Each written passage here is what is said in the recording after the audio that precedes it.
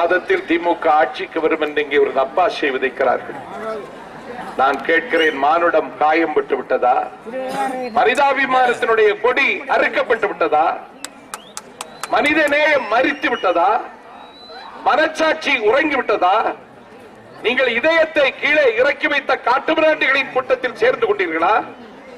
எங்கள் தாய், எங்கள் உடல் இயக்குகிற நல்லுயிர் நலிவிட்டிருக்கிற நேரத்தில், மெலிவிட்டிருக்கிற நேரத்தில், டாக்டர்களுடைய தீவிர கண்காணிப்பில் உயர்தர சிகிச்சையை தமிழ்நாட்டின் புகழ்பெற்ற அப்பல்லோ மருத்துவமனையில் எடுத்துக் கொண்டிருக்கிற வேளையில் அகிலத்தில் சிந்தி சிதறி கிடக்கக்கூடிய 65 நாடுகளில் வாழுகிற தமிழர்கள் என் தாய் நலன் பெற்று வர வேண்டும், பலம் பெற்று வர வேண்டும் என்று என் தாய்க்காக இன்றைக்கு இறைவரை ஆராதிக்கிற இந்த கண்ணீர் பொழுதில் 4 மாதத்தில் ஆட்சி மாற்றம் நடக்கும் என்ற ஒரு நப்பாசி இந்த தொகுதியிலே விதைப்பதன் மூலம் நீங்கள் என்ன அரசியல் நடத்துகிறீர்கள்?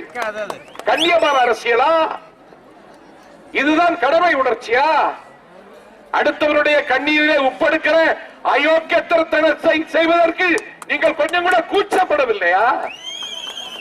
என்ன அக்கிரமம்! 4 மாதத்தில் அவர்கள் ஆட்சிக்கு வருவார்களாம். 90 வயது கிழவி 2 குழந்தை பெற்றாலும் பெறுவாளை தவிர நீங்கள் எல்லாம் ஆட்சிக்கு வருவதற்கு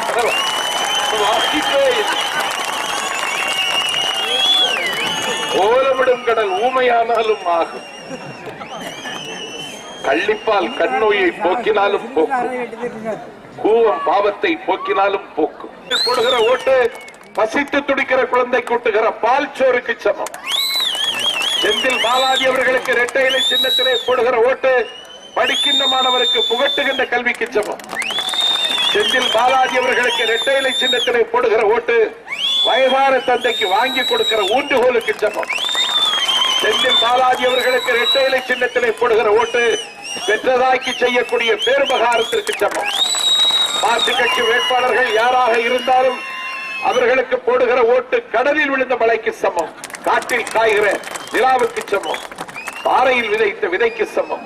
விலை மதிப்பில்லாத உங்கள் வாக்குகள் கடலில் விழுந்த மழையாய், காட்டில் காய்ந்த நிலவாய், பாறையில் விதைத்த விதையாய் பலனின்றி போகாமல் பாதுகாக்க வேண்டுமானால் வாக்களிக்க வேண்டிய சின்னம் இரட்டை இலை, வாய்ப்பளிக்க வேண்டிய வேட்பாளர் செந்தில் பாலாஜி. விவசாயிகள், இரவு நேர விவசாயிகள், நான் கேட்கிற அவரு விவசாயி விருத்தம் ரத்துப்படுமோ என்று தறிக்குடியிலே நிற்கிற விவசாயிக்கு 200 யூனிட் மின்சாரம் இலவசம். ஆடுவார் இல்லாத தமிழ்நாட்டில் எல்லோரும் பார்த்தார்கள். இந்திய அரசியல் எல்லாரும் பார்த்தாங்க.